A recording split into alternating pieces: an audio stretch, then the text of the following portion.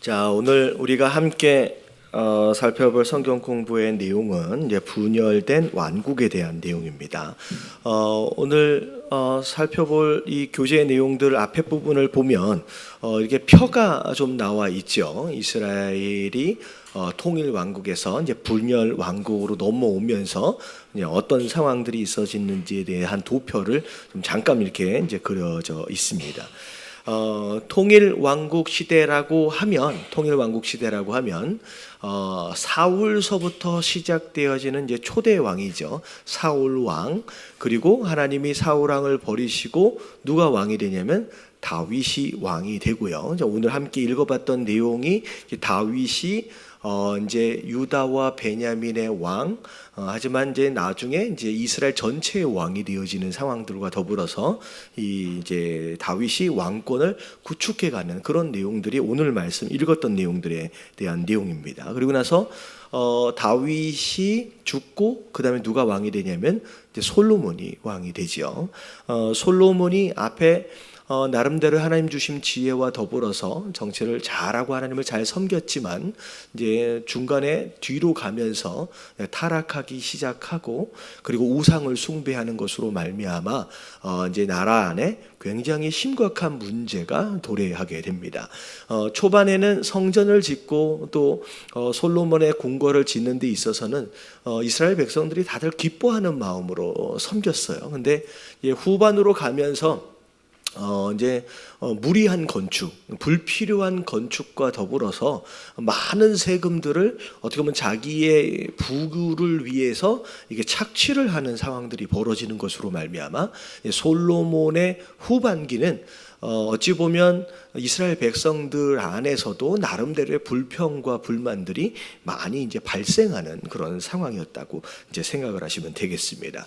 자, 그리고 나서 이제 솔로몬이 죽고 누가 왕이 되냐면 솔로몬의 아들 르호보암이 왕이 되어집니다. 르호보암이 왕이 되어졌을 때 그때 어떤 상황으로 인하여 이제 이 나라가 이제 둘로 갈라지게 되는데 지금 오늘 그래프에 나와 있는 것을 보면 원래 전체 이 남유다 오른쪽에 있는 게 이제 르호보암이에요. 르호보암에서 남유다. 근데 이 르호보암을 반역하고 따로 떨어져 나간 사람이 누구냐면 여로보암입니다. 이 여로보암은 10개의 지파를 데리고 나갔어요. 그래서 이 10개의 지파를 대표해서 북이스라엘이라고 이름하고요. 르호보암은 원래 다윗 유다 지파에 이제 소속되어 있기 때문에 이 남유다라고 이름하면서 베냐민 지파까지 같이 해서 2개 지파로 이루어지게 됩니다. 자, 이제 그래프를 보면 북이스라엘은 전체적으로 몇 명의 왕이 등장하느냐면 19명의 왕이 등장을 하고요. 그리고 남유다는 전체가 20명의 왕이 등장을 합니다. 이 북이스라엘은 반역하고 나간 여로보암과 더불어 그 다음에 세워지는 모든 왕들이 하나같이 다 하나님을 거역하는 왕이었습니다. 착한 왕이 한 명도 없었습니다. 그래서 어떻게 보면 남유다 같은 경우에는 딱 한 번을 제외하고는 다 유다의 왕으로 유다 지파가 왕권을 쭉 이어가서 한 개의 왕조로 이루어져 있는가 하면 오히려 이게 북이스라엘은 계속되어지는 반역으로 말미암아 왕조가 9번이나 교체가 되는 거죠. 그래서 한 왕조는 아버지에서 아들로 왕위가 승계가 되면 그건 한 왕조거든요. 근데 그 가족이 아닌 다른 왕이 등장을 해서 반역을 하고 쿠데타를 하게 되면 이게 왕조가 바뀌어요. 그래서 북이스라엘은 9개의 왕조로 이루어져서 끊임없이 이제 칼로 왕권을 쟁취하는 그런 일들이 많이 일어났습니다. 자, 그런 가운데 쭉 이제 내려가면 19명의 왕이 다 나쁜 왕이었어요. 그래서 나중에는 어떻게 됐느냐? 하나님의 경고하심에도 불구하고 끝까지 회개하지 않는 것으로 말미암아 722년, 이건 BC예요. BC 722년에 아수르에 의해서 멸망을 당하게 되죠. 남유다 같은 경우에는 20명의 왕들 중에 종종 괜찮은 왕이 등장하기는 합니다. 우리가 이제 새벽 예배와 금요 예배를 통하여서 우리 역대상하를 쭉 보고 있는데 지금 그 내용들이 여기 안에 지금 섞여져 있어요. 근데 물론 좋은 왕이 있었지만 완벽하게 좋은 왕은 한 명도 없었어요. 중간에 앞에 잘했다가 좀 뒤에 실수하기도 하고 여러 좀 사건 사고들이 많이 있기는 있었습니다. 그래서 대체적으로 좀 좋은 왕들이 한 7, 8왕 정도는 좀 있었습니다. 근데 중간에 이게 그래프를 보다가 조금 궁금해하실 수 있는 상황들이 있을 것 같아서 제가 좀 설명을 드릴게요. 오늘 아침 새벽 예배 때 함께 봤던 말씀에 대한 내용인데 여기 르호보암 다음에 아비암, 아사, 그 다음에 누구예요? 왕이? 여호사밧이. 이게 우리 새벽 예배 때 이번 주에 또 금요일 날 보게 될 말씀에 대한 내용인데 여호사밧이 왕으로 있었을 때 굉장히 부귀영화를 누렸습니다. 근데 군사도 되게 많았어요. 근데 이 여호사밧 옆으로 이렇게 화살표 하나가 그려져 있는데 누구하고 연결돼 있어요? 이 아합이라고 하는 왕하고 연결이 되어져 있습니다. 이게 연결이 뭐냐면 이 여호사밧 시대 때 북이스라엘하고 어떻게 보면 화친하기 위해서, 화목하게 같이 하도록 하기 위해서 이 아합의 딸하고 자기의 아들하고 결혼을 시킨 거예요. 그래서 이 밑에를 보니까 누구하고 누구가 나오냐면 여호람이라고 하는 자기 아들, 그리고 아달랴가 누구냐면 아합의 딸입니다. 그래서 두 사람을 결혼을 시켜서 이 정역 결혼 관계가 되어지니까 서로 전쟁하지 말자라고 하는 그런 이제 의미가 되겠죠. 자, 그랬는데 이것으로 나중에 이 남유다가 아주 심각한 상황에 빠지는 게 뭐냐면 여호사밧이 죽고 여호람이 왕이 되었을 때 나중에 그의 아들 아하시야가 왕이 되잖아요. 근데 아직 여호람은 죽었는데 누가 살아있었냐면요, 아달랴라고 하는 사람이 살아있는 거예요. 그러니까 여호람이 왕으로 있었을 때는 왕후잖아요. 근데 자기 아들이 왕이 되고 남편이 죽으니까 뭐가 된 거예요? 그러니까 왕의 어머니가 된 거죠. 왕의 어머니가 된 거예요. 근데 이 왕의 어머니인데 이 사람이 정치에 눈이 멀어가지고 이 아하시아를 패하고 이 밑에 누가 나와요? 아달랴가 갑자기 자기가 여왕이 돼버립니다. 그러니까 딱 이 아달랴는 누구의 딸이에요? 여러분, 아합의 딸이에요. 이 아합과 이세벨이거든요. 이세벨의 딸입니다. 그러니까 이 남유다가 계속 다윗 가문으로 왕조를 쭉 이어가다가 이 아달랴 때 딱 북이스라엘의 이세벨의 딸이 갑자기 여왕으로 등장을 하면서 이제 이때 잠깐 살짝 끊어졌어요. 근데 하지만 하나님이 이 아하시아의 아들을 이렇게 보존하셔서 그 다음에 누구예요? 요아스라고 하는 왕이 이제 다시 등장하게 되면서 아달랴는 곧 폐위가 되게 되면서 다시 다윗 왕가가 이 왕권을 가져가게 됩니다. 자, 그리고 나서 쭉 이어지는 내용들을 보면 약간 진하게 표시되어 있는 이것은 히스기야도 그렇고 요시야도 그렇고 이게 약간 비교적 좋은 왕들 중에 속한 왕을 좀 표시한 것 같아요. 자, 그러다가 20명의 왕이 끝나고 나서 결국은 어디에 망하게 되냐면 바벨론의 멸망을 당하게 됩니다. 그게 분열 왕국의 이제 두 내용들이에요. 자, 그리고 이제 중간에 이제 선지자들에 대한 내용이 나오는데 이 선지자들은 구술 선지자가 있고 문서 선지자가 있어요. 구술 선지자는 뭐냐면 직접 활동을 하는 것으로 말미암아 말로 하나님의 말씀을 전했던 사람, 누구하고 누구냐면 엘리야, 엘리사 뭐 이렇게 나오죠. 그리고 문서 선지자는 활동하면서 말로 하나님의 말씀을 전하기보다는 뭘 한 거예요?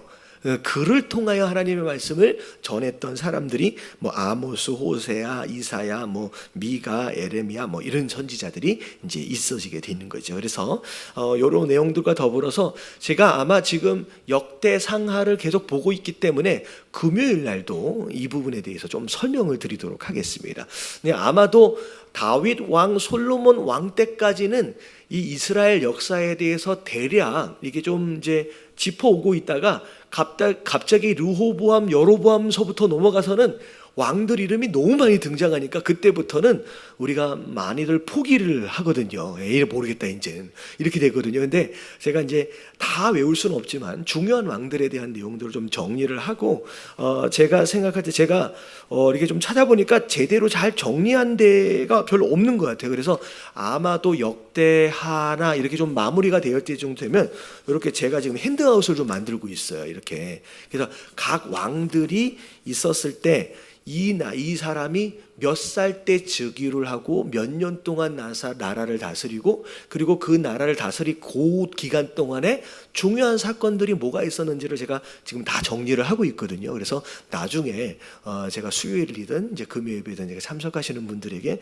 좀 해서 여러분들이 이것을 좀 통하여서 좀 정리할 수 있도록 기회를 좀 드리도록 하겠습니다. 자, 오늘 말씀 보도록 할게요. 분열된 완구. 자, 르호보암과 여로보암 둘로 나눠지는데 자, 이거 잘 아셔야 돼요. 북이스라엘 10지파를 데리고 올라가 버린 왕이 이름이 뭐냐면 여로보암이에요. 그러니까 여러 지파를 데리고 올라갔다. 외우기 쉽게. 그리고 밑에 르호보암 이렇게 생각하시면 될 것 같아요. 자, 밑에 한번 읽어보도록 하겠습니다. 사울 다 같이 시작.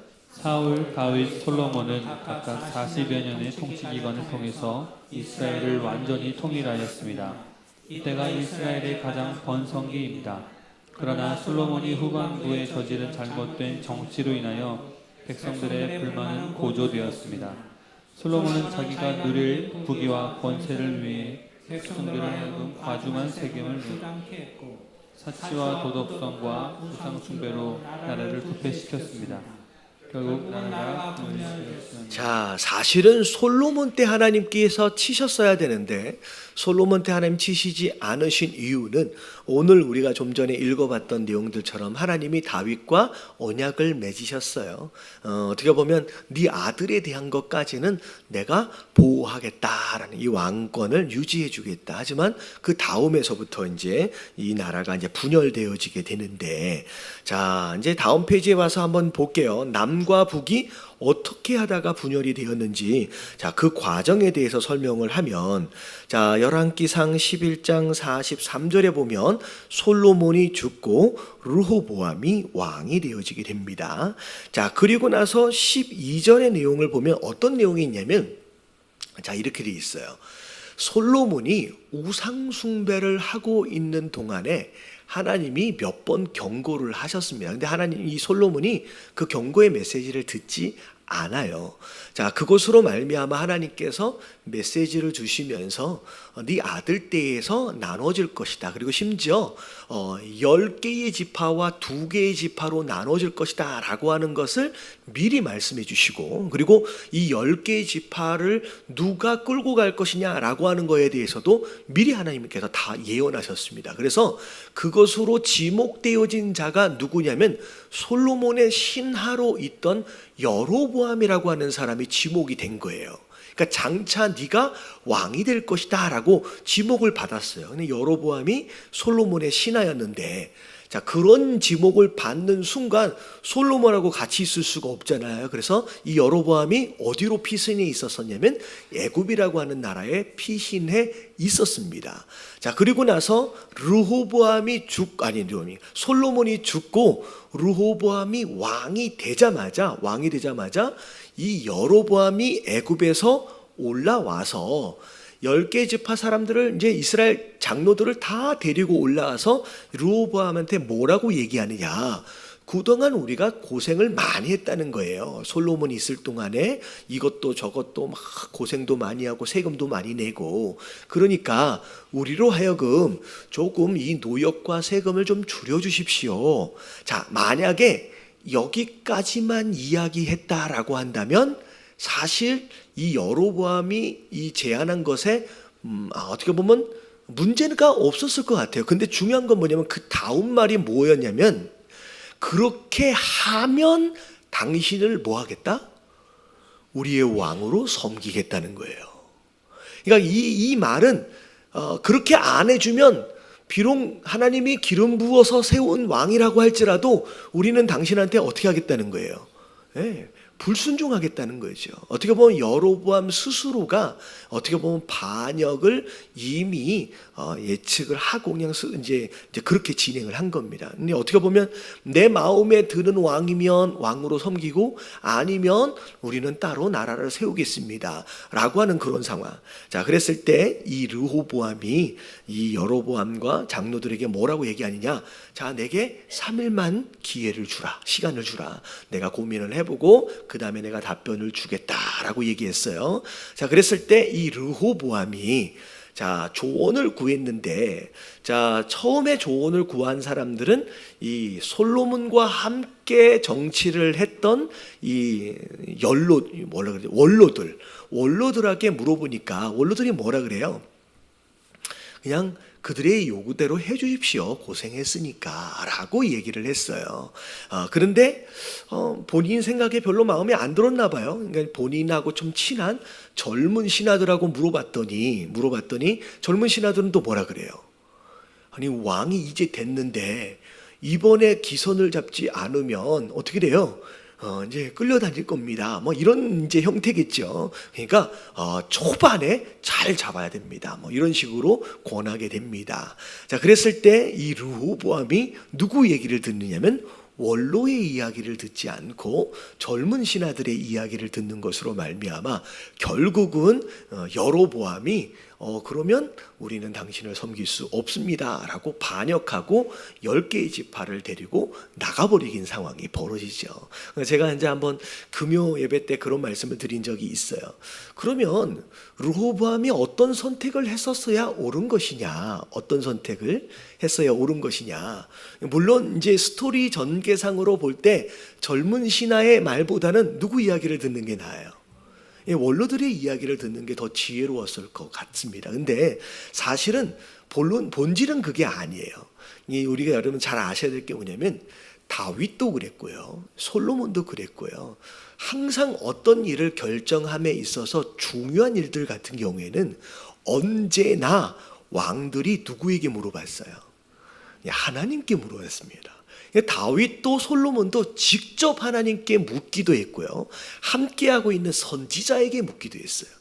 어떤 경우도 신하들에게 묻지는 않았습니다. 근데 어느덧 이게 왕조라고 하는 시스템 자체가 이어지다 보니까 이제 더 이상 하나님께 묻지 않고 어떤 형태가 됐어요? 이 사람에게 묻는 형태가 되어지면서 사실은 가장 큰 실수는 원로들의 이야기를 듣지 않고 젊은 신하의 이야기를 들은 게 실수가 아니라 뭐가 실수인 거예요? 먼저 누구에게 묻지 않았어요? 이러면 하나님께 묻지 않았어요. 사실 솔로몬 다음, 르호보암 다음에도 이 하나님을 정말로 열심히 섬기려 했던 그런 왕들의 대부분은요, 신하에게 묻지 않아요. 누구에게 물어요? 하나님께 직접 묻든지 하나님의 말씀을 대언해주는 선지자에게 묻든지 그렇게 했거든요. 근데 이 르호보암이 그 실수를 저지른 것으로 말미암아 결국은 이 여로보암이 하나님이 먼저 예언하셨던 것처럼 이 10지파를 끌고 이제 올라가 버립니다. 근데 이 르호보암이 이게 이 정신을 못 차리고 뭐 올라갔는가 보다 하고서 나중에 그 이제 건설하는 그 감독 하나를 또 부려먹으려고 10지파 있는데 보냈다가 이 10지파에서 이제 돌로 쳐가지고 감독을 죽이고 이런 일들까지 벌어지면서 결국 북이스라엘과 남유다는 이때 완전히 분열하게 됩니다. 자, 밑에 한번 읽어볼게요. 솔로몬의 잘못된, 시작. 솔로몬의 잘못된 정치로 인해 백성들의 불만과 각 지파에 관해 시기심이 일어났습니다. 그것은 곧 나라를 분열시키는 이유가 되었습니다.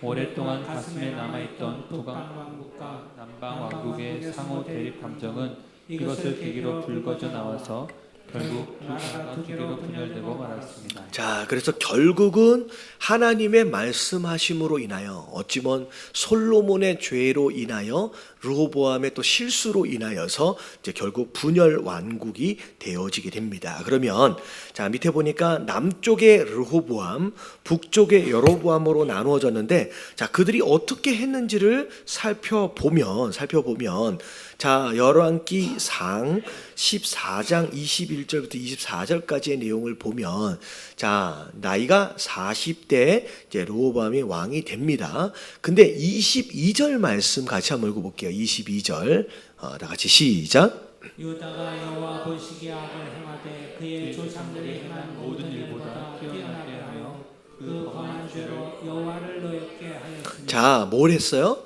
악을 행하였다라고 하는 거예요. 모든 일보다 뛰어나게 하여라고 나올 정도로 악을 행하는데 굉장히 탁월하게. 그리고 23절에 다 같이 시작. 이는 그들도 산 위에와 모든 푸른 나무 아래에 산당과 우상과 아세라산을 세웠습니다. 네, 우상 숭배하는 일들뿐만이 아니라 24절까지 다 같이 시작. 그 땅에 또 남색하는 자가 있었고 여호와께서 이스라엘 자손 앞에서 쫓아내신 모든 가증한 일들 우리가 본받아 행하더라. 네, 그래서 심지어 남색하는 자다라고 하는 것은 이게 뭐예요? 호모섹슈얼이라고 해서 남자와 남자가 서로 성관계를 맺는 어떤 그런 일들까지 어떻게 보면 영적으로 타락하고 도덕적으로 윤리적으로 성적으로까지 완벽하게 타락한 그런 모습으로의 삶을 누가 사는 거예요? 솔로몬의 아들 르호보암이 그렇게 산 겁니다. 사실은 우리가 이 열왕기상하와 역대상하를 같이 읽어가야 할 필요가 있는 게 뭐냐면, 역대상하는요 특별한 목적을 위해서 쓰여진 역사책이다 보니까 왕들의 실수하는 부분들을 전부 다 기록하진 않았어요. 그래서 역대상하만 보면 이 사람 괜찮은데? 라고 느낄 수 있는 그런 부분들이 많습니다. 근데 열왕기상하 쪽을 다 같이 보면 역대상하에 기록되지 않는 이들의 이런 우상 숭배한 모습들까지를 다 기록하고 있어요. 그래서 양쪽을 좀 다 볼 때 르호보암은 사실 이렇게 분열되어지는 상황 외에는 역대하에 볼 때 그렇게 큰 죄를 지은 것 같이 표현은 안 됐습니다. 근데 열왕기상에 보니까 이 사람도 이제 우상 숭배하고 심지어 남색하는 이런 일들까지 저지르는 이런 나쁜 왕이었죠. 자, 그러면 반역하고 올라간 여로보암은 뭐 이렇게 백성들을 위하는 것처럼 그렇게 올라갔거든요. 그럼 이 사람은 어떤 삶을 살았는지를 한번 보면 어떻게 돼 있냐면요. 열왕기상 12장 25절 33절 뭐 이 내용들을 보면 정리를 해드리면, 이스라엘 가운데 있었던 모든 제사장들과 그 레위 지파를 다 파면시켜 버려요.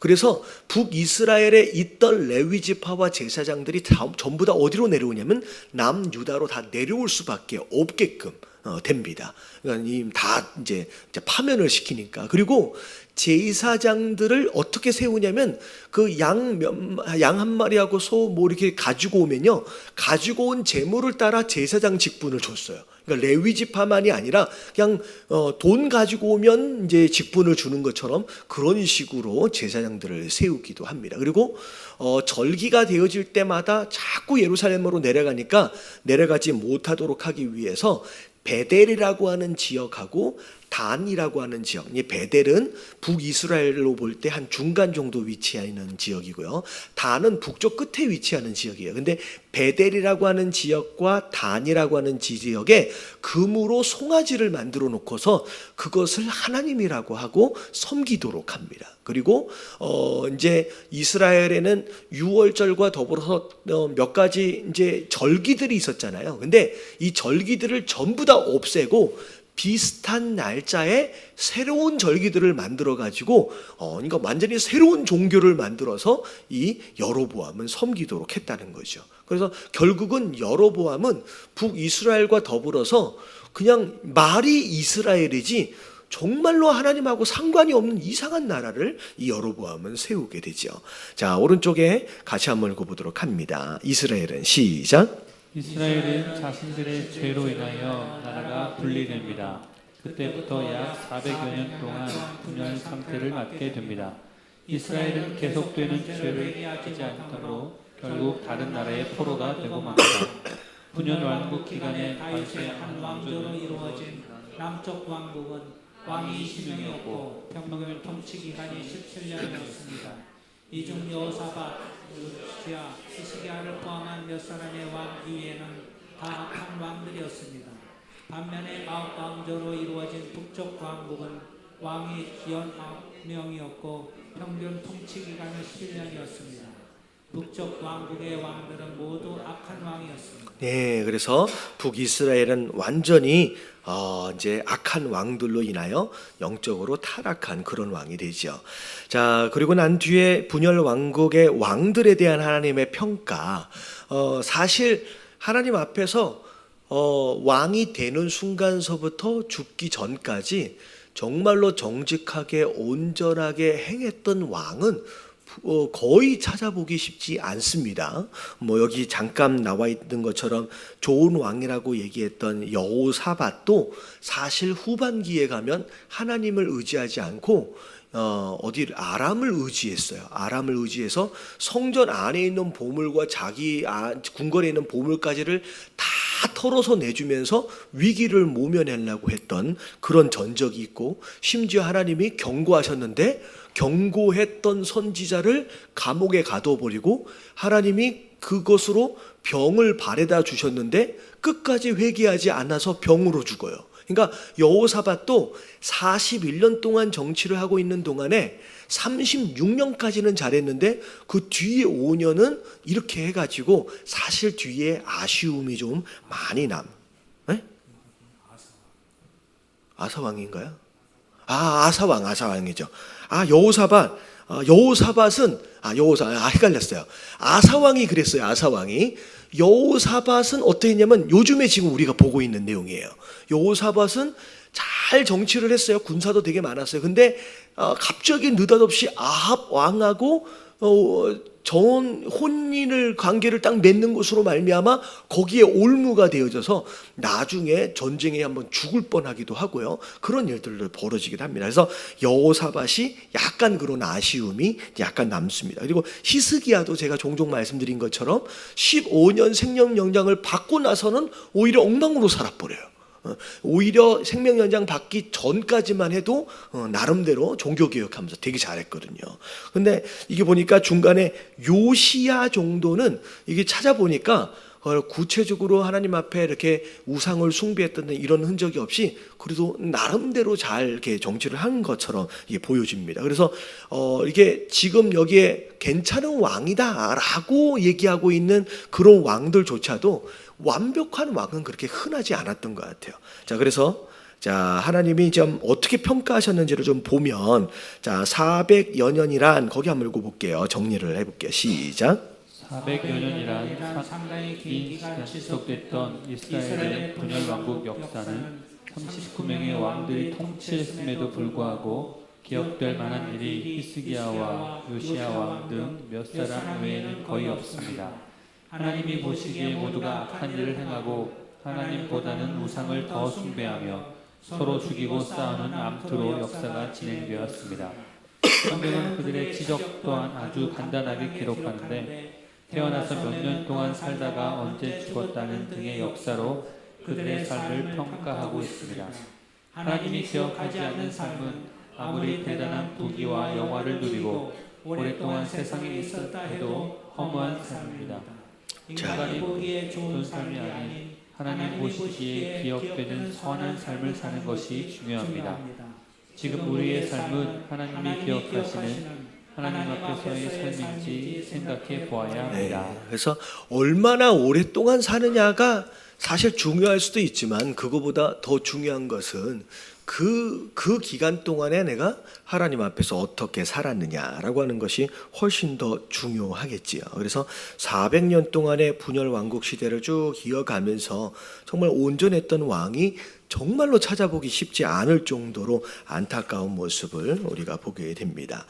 자, 우리 남유다 쪽에서의 대표적인 선한 왕에 대한 내용 한 두 가지를 지금 봤는데, 아까 방금 얘기했던 아사라고 하는 왕도 이제 전체적인 왕들을 비교하여 볼 때 비교적 선한 왕들 중에 하나일 것 같아요. 그 정도면 선하다고 얘기할 정도로.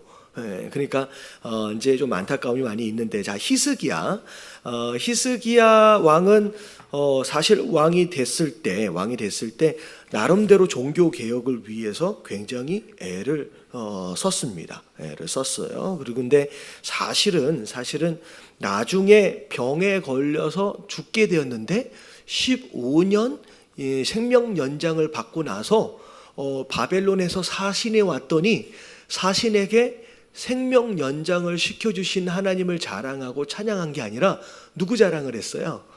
자기 자랑을 했죠. 그래서 궁궐 안에 있는 보물들 다 보여주고요. 사실 기밀이거든요.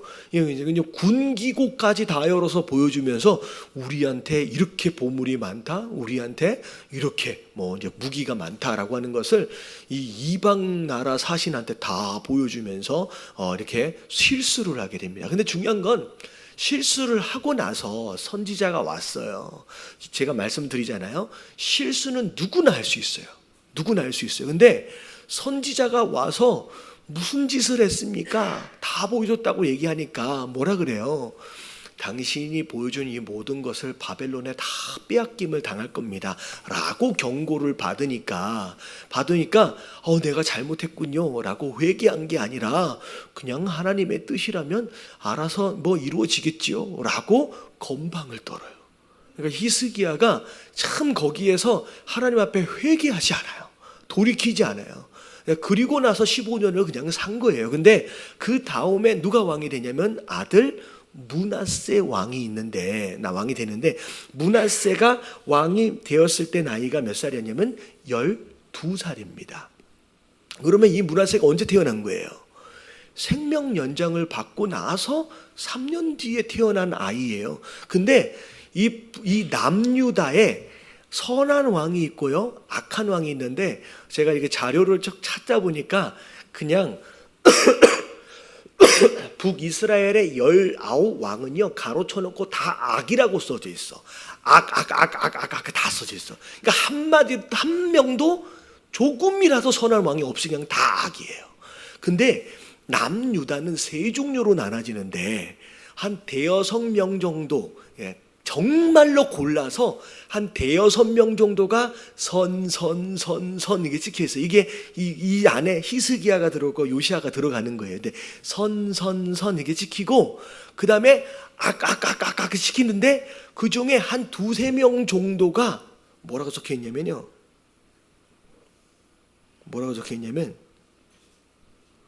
극악이라고 적혀 있어. 극악. 이 극악에 해당되어지는 자가 누구냐면요, 이 므낫세예요. 더군다나 이 므낫세는요 몇 년 동안 나라를 다스렸냐면요, 유다에서 최고로 오래 다스려요. 55년. 대부분이 40년 이하거든요. 왜냐면 이 사람은 55년 동안 극악을 달리면서 어떻게 보면 그나마 조금 종교개혁을 했던 그 아버지의 노력을 완전히 물거품으로 만들면서 진짜 이 남유다를 완전히 망가뜨리는 왕이 됩니다. 그래서 이 히스기야가 말년에 이 사건 때문에 너무 아쉬워요. 그래서 제가 이 설교를 하면서 뭐라고까지 설교를 했냐면 그때 뭐 했어야? 그때 죽었어야 좋을 왕, 이렇게까지 제가 얘기할 정도로. 그러니까 더 오래 사는 것이 오히려 치명적일 수 있다는 거예요. 차라리 그때 죽었으면 이 히스기야는 진짜 좋은 왕으로 남겨질 수 있었는데 너무 아쉽거든요. 꼭 그렇다고 죽어야 되는 건 아니지만, 죽으라는 얘기는 아니에요. 목적은 이 왕이면 살 바에는 어떻게 해야 돼요? 잘 살았으면 좋겠습니다. 그리고 요시야는 몇 살의 왕이 되냐면요, 8살의 왕이 돼요. 굉장히 어린 시절에 왕이 됩니다. 제가 이게 살펴보니까 이 요시라라고 하는 사람이 8살에 즉위를 하고요, 그 위에 쭉 보면 8번째 왕이었던 요아스라고 하는 왕이 7살에 왕이 됩니다. 근데 이 요아스는 어렸을 때는 잘하다가 뒤에 나중에 이렇게 망가집니다. 근데 이 요시야라고 하는 왕은 8살에 왕이 됐는데, 이 왕이 되게 잘한 게 뭐냐면 성전에 갔는데 성전을 아무도 안 돌본 거예요. 그래서 이것저것 굉장히 많은 부분들이 이 망가져 있는 거예요. 그래서 이 요시야가 너무 안타까워서 그 성전 수리나 뭐 이런 것들도 막 하게 되고, 그런 이제 하나님만 섬기기 위해서 애를 쓰는 그런 왕들 중에 하나가 됩니다. 자, 밑에 한번 읽어볼게요. 요시야. 자, 다 같이 시작. 요시야와 같은 왕은 마음과 뜻과 정성을 다하여 하나님만 섬겼던 왕입니다. 모세의 율법을 따라 하나님께로 마음을 돌이킨 왕은 요시야입니다. 이것은 성경의 평가로 하나님도 인정한 삶이었습니다. 특히 히스기야와 요시야는 말씀을 통해 개혁을 촉구했지만 이스라엘은 그 정신을 계속 이어가지 못함으로 멸망에 이르고 말았습니다. 하나님의 뜻에 순종하는 사람을 만난다는 것이 결코 쉬운 일이 아닙니다. 자, 그래서 결국은 남유다도 몇몇 되지 않는 왕으로 연명해 가다가 결국은 이제 망하게 되는데, 자, 남북이 어떻게 망했는지를 좀 보면 사실은 북이스라엘이 먼저 멸망을 당합니다. 이제 더 타락했었죠. 그래서 북이스라엘 먼저를 보면 BC 722년이에요. 722년. 자, 어디에 멸망을 당하느냐? 이제 아수르에 의해서 멸망을 당하게 되죠.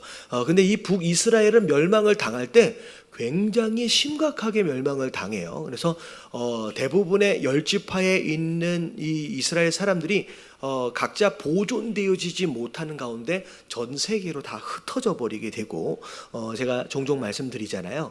나중에 포로에서 귀환할 때 드문드문 귀환해서 돌아온 자들, 그분들의 무리가 이제 사마리아예요. 이렇게 혈통적으로 이 외국인들하고 다 섞여서 이제 정통 이스라엘 민족이 아닌 혼혈되어진 상황 가운데서의 이 사마리아를 구성하게 되는, 나중에 이제 그렇게 이제 멸망을 당하게 되죠.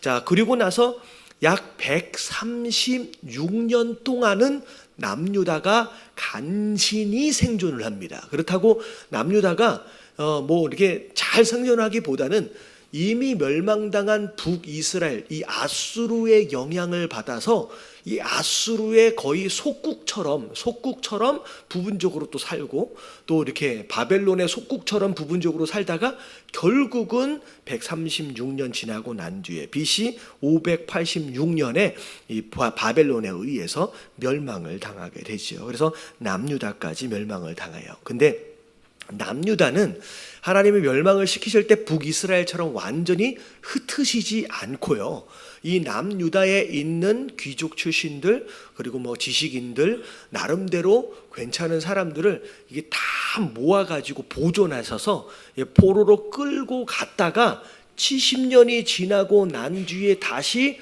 돌려보내주심으로 인하여 다시 남유다를 회복할 수 있게끔의 어떤 여지를 남겨두시게 되죠. 자, 그래서 자, 밑에 한번 읽어볼게요. 분열 왕국의 역사는 다 같이 시작. 분열 왕국의 역사는 인간의 약한 모습의 실상을 아주 잘 표현하고 있습니다. 이스라엘은 계속하여 악한 모습을 반복하고 그것에서 좀처럼 헤어나지 못했습니다. 선조들의 좋은 모습보다는 악한 모습을 본받는 이스라엘의 죄악된 현상은 오늘날 우리에게도 중요한 경고가 됩니다. 하나님의 말씀을 경홀히 할 때 우리는 자연히 세상을 본받게 되고 그것에 익숙해지게 됩니다. 특히 인간 스스로 만든 종교를 경계하면서 그런 유혹에 빠지지 말아야 합니다. 하나님의 선택받은 백성이라 할지라도 회개하지 않고 계속하여 하나님을 떠나 악을 행할 때는 하나님의 무거운 징계가 주어집니다. 혹시 우리는 하나님의 징계에 대해서 무조건적인 은혜를 빌미로 죄를 소홀히 생각하는 건 아닌지 살펴보아야 합니다. 여러분, 하나님의 은혜에 대해서, 사랑에 대해서 그걸 굉장히 남용하고 오용하는, 그래서 이래도 용서해 주시겠지, 저래도 용서해 주시겠지, 여러분, 이런 형태로 살아가는 성도들은 어떻게 보면 반드시 그 죄에 대한 대가로 인하여 이런 어려움을 겪게 되지요. 그래서 우리가 이제 이 뭐 광야 시대도 마찬가지고, 가나안 땅 안에만 들어가면 행복할 줄 아는 거죠. 근데 가나안 땅 안에서도 어떻게 살아가느냐에 따라서 심지어 그 땅에서도 멸망을 당할 수 있다라고 하는 거죠. 그래서 우리가 이미 구원받은 백성이니까 우리 이제 나중에 천국까지 그러면 됐지, 그게 아니에요. 이미 가나안 땅 안에 들어와 있다라고 할지라도 이 땅에서 우리가 어떻게 사느냐에 따라서 이 땅에서 멸망을 당할 수도 있어요. 여러분, 이 멸망은 물론 이제 구원을 주셨다가 다시 빼앗아가고 그런 개념은 아니지만, 제가 이번 주일날 말씀을 드렸잖아요. 천국을 받은 것과 천국을 누리는 것은 다른 개념이라고요. 그래서 많은 성도들이 이미 천국을 약속으로 받았어요. 근데 약속으로 받기만 했지 그 천국을 누리지 못하는 성도들이 굉장히 많다는 거예요. 그래서 제가 기도할 때 뭐라고 설명하냐면, 선물을 주셨는데 이 선물 포장을 뜯어내지 못하고 누리지 못하는 이런 안타까운 현실들이 많이 있다라는 것이죠. 그래서 가나안 땅 안에 들어와 있는 성도 되어진 자들로서 이 땅을 어떻게 누리고 또 행복을 어떻게 누려야 할지는 기준은 하나님의 말씀에 얼마나 순종하고 하나님을 얼마나 예배하느냐에 달려있다라고 하는 것을 기억하시면서, 우리가 이런 왕들의 모습과 같지는 않게 정말 처음부터 끝까지 전심으로 하나님을 예배하고 섬기는 저와 여러분들 되시길 주님의 이름으로 축원합니다. 그리고 중요한 건 뭐냐면, 단 한 명도, 굳이 얘기하면 요시야 정도 생각할 수 있는데, 단 한 명도 완벽한 왕이 있었어요, 없었어요? 없었어요. 아무도 없었어요. 이 이야기는 우리 중에 누구도 하나님 앞에 점도 없고 흠도 없이 완벽한 존재는 없다는 거예요. 앞으로도 마찬가지라는 거예요. 근데 중요한 건 뭐냐면, 실수는 누구나 할 수 있어요. 누구나 죄 지을 수 있고 누구나 넘어질 수 있어요. 근데 하나님이 제일 싫어하시는 것이 뭐냐면, 실수한 걸 싫어하시는 게 아니에요. 죄 지은 것을 죄 지은 걸 싫어하시는 게 아니에요. 물론 그것도 하나님이 염려하실 분이지만, 제일 싫어하시는 건 뭐냐면, 경고했을 때 돌이키지 않는 걸 제일 싫어하시는, 그것 때문에 하나님 버리시는 거예요.